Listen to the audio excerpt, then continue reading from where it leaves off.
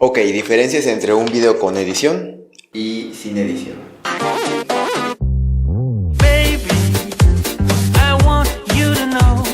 Ya no hay nada de edición a partir de ese punto y bueno, van a escuchar que se escucha un eco, que la imagen está muy pálida, pero pues bueno, todo eso lo pongo en la edición y el reto consiste en no hacer nada de edición. Aunque creo que le voy a poner como pues un video editado sin editar, perdón, en el 90%. Si ya vieron en el título del video, pues vamos a hablar de un tema que es bastante polémico, como siempre ha sido, y de hecho esto viene por parte del coleccionista de mundos. No es que haya hablado él primero, pero al final de cuentas es un tema que lo manejó de una manera un tanto más fría, que me motivó a verlo desde la perspectiva de mi carrera. Y más allá de eso, que creo que es importante mencionarlo, porque quizá, y solamente quizá, las opiniones que yo he externado a raíz de pues todo este problema o de toda esta situación de los libros de youtubers y booktubers no se ha dado a entender bien, e incluso pues haciendo estas aclaraciones que voy a hacer ahorita, creo que lo más prudente sería que a lo mejor si tienen alguna duda me la dejen aquí en los comentarios, me la dejen en cualquier red social, porque creo que es un tema que siempre se puede debatir muy a gusto, siempre con respeto. Ahora, pues tomé nota de más o menos lo que quiero expresar. Y pues vámonos rápido porque algunos puntos ya son más que conocidos. Número 1. ¿Qué son los libros de los youtubers o en general de los booktubers? Que es como que lo que más nos concierne a nosotros. Pues bueno, realmente no hay un género definido. También es cierto que a final de cuentas destacan más aquellos que son obras de novela juvenil, novela infantil, ciencia ficción, fantasía, romance. Pero en realidad, y como bien dice el coleccionista de mundos, es una mezcla bastante heterogénea de todos los géneros, de todos los estilos que tiene un libro, y realmente es algo válido, ¿no? O sea, el libro de booktuber o youtuber no se puede catalogar en un solo género. Son solamente libros que tienden a irse pues a los gustos personales de cada uno de los youtubers o booktubers. En segundo lugar, ¿por qué se publican tanto? Pues bueno, porque al final de cuentas los youtubers tienen la facilidad de llegar a las masas. Es decir, que si tú eres famoso en internet, tienes la capacidad de publicar y tener una remuneración económica para la editorial que te publique. Y también lo dice muy bien el coleccionista de mundos, no es algo exclusivo de la gente de internet. Si tú como celebridad, entiéndase como celebridad, cualquier persona, deportista, presidente, cantante, lo que se te ocurra, tienes posibilidad de llegar a las masas, y eso son ventas seguras para una editorial. Ahora, pues realmente el tercer punto es, ¿han hecho daño a las industria editorial? No, y aquí ya lo voy a empezar a ver yo desde mi perspectiva pues profesional, con base en lo que estudié. Ya lo he dicho en otras ocasiones, pero creo que nunca ha quedado claro. Yo estudié bibliotecología y estudios de la información, así se llama la carrera, un nombre larguísimo, pero así se llama. Obviamente en la cuestión de las bibliotecas vemos parte de la industria editorial. Y no me crean mucho porque realmente no he sido muy bueno nunca para hablar con fechas y datos sólidos, pero para tener un panorama general, al menos aquí en México, realmente tenemos pues esta parte de que la industria editorial en México se fue desvirtuando poco a poco por la cuestión histórica del propio país. Me explico un poquito. Obviamente, retomando un poquito las clases de historia para no tardarme mucho, después de la revolución y todo este rollo de que el país quedó bastante herido después del porfiriato y cómo se fue reconstruyendo con un sentimiento nacionalista, pues bueno, no había conseguido consolidar un proyecto de educación para el pueblo, ¿no? Porque en ese entonces el pueblo mexicano era casi en su totalidad analfabeto. Poco a poco se fueron dando varios proyectos, pero no es más o menos hasta la década de los 30, con el exilio español y pues obviamente los refugiados aquí en México, que la industria editorial empezó a crecer. Editoriales como Porrúa, el Colmex, que antes era la Casa de España, si no mal recuerdo, y muchas otras más, se fundaron a raíz de que los españoles llegaron aquí a México. Después de eso, la educación aquí en México tuvo un sentimiento muy fuerte, muy nacionalista. Se generó una red de bibliotecas, se generaron pues, proyectos para hacer que la gente lea, se alfabetice y que los que saben un poco le enseñen a los que no saben nada. Realmente es un tema bastante interesante, pero pues se fue desvirtuando poco a poco, por lo que quiera. Entonces, como que el auge de toda esta cuestión editorial en la que sí, vamos a leer y vamos a ser un pueblo culto y vamos a enseñar y vamos a hacer que de nosotros salga esta parte nacionalista, pues el auge fue entre, ¿qué les gusta? Los 30, tal vez 50, hasta los 80. Que en los 80s, pues bueno, vienen otro tipo de cuestiones que no les voy a mencionar porque es muy aburrido, pero la industria editorial mexicana entra en crisis. Así que, pues bueno, considerando todo este panorama histórico que traté de resumirles, pues evidentemente esta crisis no ha sido superada incluso en la actualidad. ¿Por qué? Porque se encarecen los materiales como el papel, la parte de las imprentas, las máquinas, todo se ha encarecido inmensamente. Pero, pues bueno, entonces el tercer punto era que si habían hecho daño a la industria editorial este tipo de publicaciones, y lo cierto es que no. Quizás podemos ver en nosotros como monstruos a editoriales grandes, que no es necesario decir su nombre, y la verdad es que puede que sí, pero a la vez no. Y realmente, ya tratando de hacer una balanza de todo este tipo de cosas, la culpa se reparte a partes iguales. ¿Por qué? Porque la editorial necesita el dinero para arriesgarse a tener proyectos más ambiciosos, proyectos que a lo mejor no podrían surgir si no fuera gracias al dinero que esas publicaciones que atraen a las masas no se lograrían. Sin ese dinero no se lograría. Entonces, como tal, daño a la industria editorial no creo que se haya hecho. El cuarto punto, la gente ya no lee como antes. Eso es cierto. Y dejémonos de la idea romántica de que los libros son la puerta a mundos maravillosos, a vivir 1000 vidas, y etc. Dejemos un poquito de lado esa idea y centrémonos más en la parte en la que tenemos ya todo de una manera inmediata. Es decir, a veces, y no me van a dejar mentir, porque incluso yo lo he hecho en alguna ocasión, necesitas sacar un trabajo escolar rápido, porque pues se te olvidó, tuviste otras cosas que hacer. Entonces te metes a internet, te metes al poderoso Google, buscas palabras clave, por ejemplo, Revolución Mexicana, ves que te sale un artículo de Wikipedia o algo así, y ves que tiene Revolución Mexicana de tal a tal, ni siquiera lo lees, y ya lo copiaste y pegaste.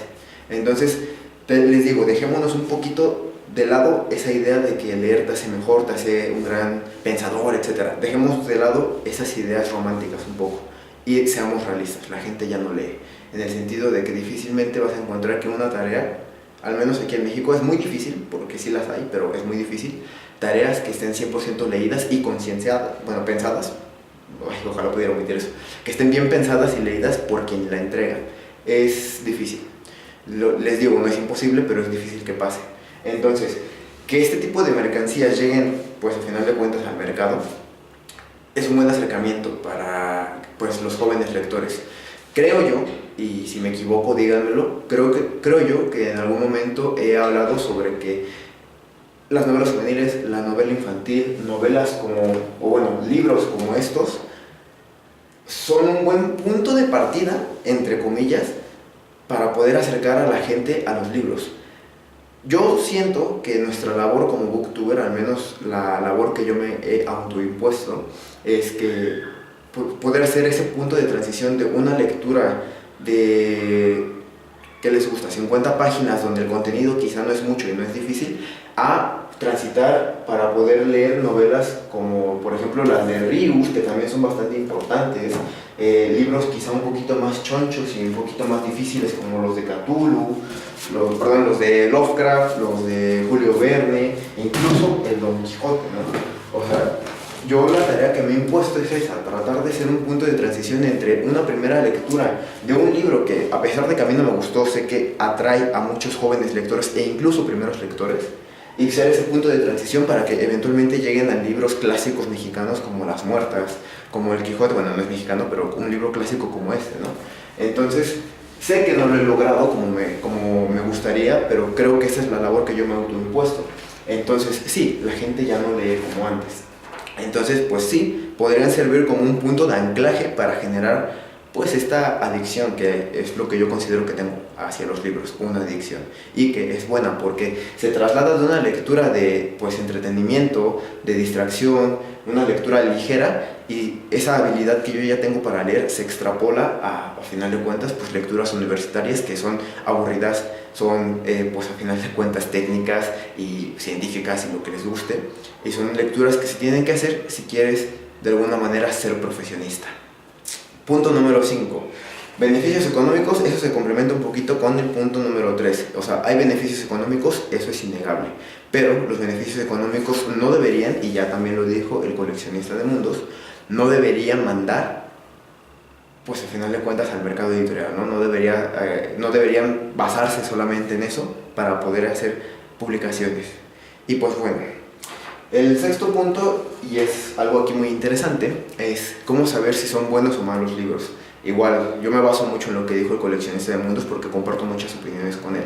Decir que un libro es malo o bueno es bastante difícil porque, pues, al final de cuentas, mi opinión al menos, no es la verdad absoluta, ¿vale? No es lo que, o sea, lo que yo diga no debería o no podría ser considerado como una verdad absoluta porque yo solamente soy una persona.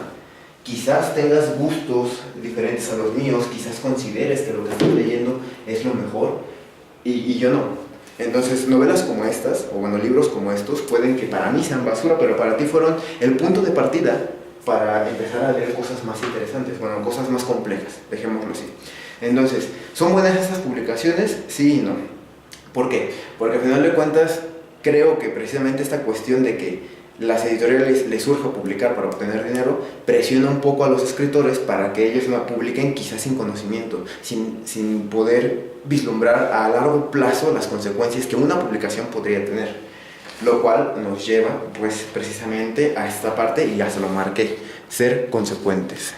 Creo que sí se ve. Ser consecuentes. Es algo que muchas veces no hacemos y que me gustaría que la mayor parte de la población o de la gente tuviera, ser consecuentes. ¿Por qué? Porque si tú estás publicando algo que no lo sientes con el corazón, que de alguna manera pues tienes dudas al respecto, eventualmente puede que te encierres. Y yo lo digo porque hay que ser sinceros, el mundo de BookTube está bastante torcido de la idea original que tenía. Yo siempre he dicho que la vida es como un salón de secundaria porque se hacen grupitos. Es el de si le hablas a él, no me hables a mí. Si te juntas con tal persona, qué asco, guácala, ¿no? O sea, realmente esos grupos, esos grupitos, esa rivalidad en la vida siempre va a existir. Entonces, pues considero que a veces los comentarios se tuercen a pesar de que uno quiera ser objetivo. Entonces, pues a veces uno no es consecuente con sus actitudes y yo he conocido, precisamente por esta cuestión de rivalidades y lo que quieras, quizá yo no soy activo en las redes sociales, pero escucho, leo. No en el sentido de leo libros, sino que leo lo que se publica en las redes sociales y me doy cuenta de que hay gente que se arrepiente de haber publicado los libros que publicó. No voy a decir nombres, no voy a decir títulos, no voy a decir absolutamente nada, solamente quédense con que hay gente, hay personas que se arrepienten de haber publicado lo que publicaron y precisamente dejan de ser consecuentes con sus actos, porque uno cuando se define como algo, no es que no pueda metamorfosearse en otra cosa, pero es difícil cuando ya te encierras y tú mismo desde el principio no estabas convencido. Es esta parte de a ti cómo te gustaría crecer, como una celebridad que tiene acceso a las masas y evidentemente eso te trae pues algunos beneficios, asume las consecuencias. Y si no, pues quédate como canales pequeños como el mío, en el que pues subimos solamente cosas que nos gusten, ¿no? Y que aunque no haya los miles de personas siguiéndonos, aunque sean solamente 10 personas las que se queden con un mensaje positivo de tu contenido, al menos para personas como yo, porque sé que no soy el único, estamos más que satisfechas. Entonces, esta parte se complementa, ¿no? O sea, un libro no es malo ni bueno, pero solamente tienes que asumir las consecuencias de tus actos. Y pues bueno, al final de cuentas, algo muy negativo de todo esto, y creo que es cierto, porque también me he enterado de casos, es que este tipo de publicaciones, que a pesar de que yo digo que la culpa se reparte a partes iguales, pues eventualmente ha venido afectando a otro tipo de autores.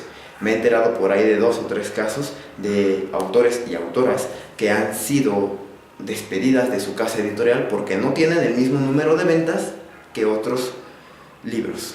Lo voy a dejar así. Entonces, también es el lado oscuro de la moneda, ¿no? Pero ahí de quién es la culpa. ¿Cómo puedes repartir la culpa directamente a una editorial o a un autor? Es algo que ya está torcido y más que empezar a repartir culpas y empezar a quejarte, quizá debería ser momento para empezar a hacer algo diferente. Y pues bueno, creo que eso va a quedar como todo. O sea, yo sé que he dejado muchos puntos sueltos porque es un discurso que no puedo editar, que no puedo explayarme como quisiera, y como les dije al principio del video, quiero que si les quedan dudas me las dejen aquí en los comentarios o en cualquier red social, porque creo que este es un tema bastante interesante para debatir. Y pues para este reto de hacer un video sin edición, quería hablar de un tema pues como este, ¿no? Que es un tema que me interesa, porque eventualmente es algo que se tiene ok, no le hagan caso a eso. O sea, quería hablar de este tema porque lo considero importante, porque yo creo que me he expresado siempre con respeto hacia los autores. Por ejemplo, contra Villarreal, yo no tengo nada, o sea, yo lo he expresado en los videos que he hecho sobre sus libros. Yo no tengo nada en contra de Villarreal, o de Raiza, o de cualquier otro tipo de booktuber que se anime a publicar, como por ejemplo lo hará Clau en algún momento, pero sí que me gustaría aclarar que las críticas que yo les hago a ellos son críticas que yo estoy dispuesto a recibir. Yo no estoy haciendo nada que no me gustaría que me hicieran a mí. Si yo en algún momento he publicado mis videos con los pequeños escritos que he hecho, me pongo feliz al saber que hay gente que le gusta, que a final de cuentas han tenido una respuesta positiva. Pero si en algún momento alguien llegara y me dijera, estás mal por esto y esto y esto y esto, que ya ha pasado, me lo mandaron en un correo, pues yo lo acepto con los brazos abiertos, porque con esas críticas se crece y a final de cuentas hay que ser consecuentes. Y pues ya, espero que el video no quede muy largo, no sé cuánto tiempo llevo hablando, pero pues mejor ya me callo. Y pues yo me voy, pero ya saben que no sin antes desearles que tengan dulces lecturas y pues si les gusta este tipo de temas, suscríbanse, supongo, no sé, llámame. Pues nada, no voy sin antes decirles que tengan dulces lecturas y nos vemos pronto. Supongamos que aquí van.